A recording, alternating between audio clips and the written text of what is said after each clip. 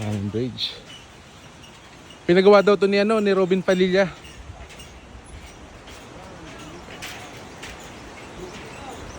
Bahala ka dyan.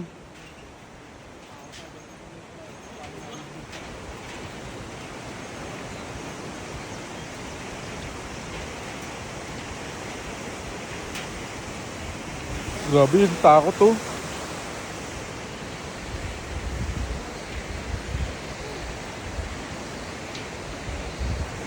Ito, dalawa lang pipiliin nyo, yung sumakay doon sa tramline saka dito sa Hanging Bridge. Ang taas. Pag tumingin ka sa baba, oh. Ay! Nakakatakot.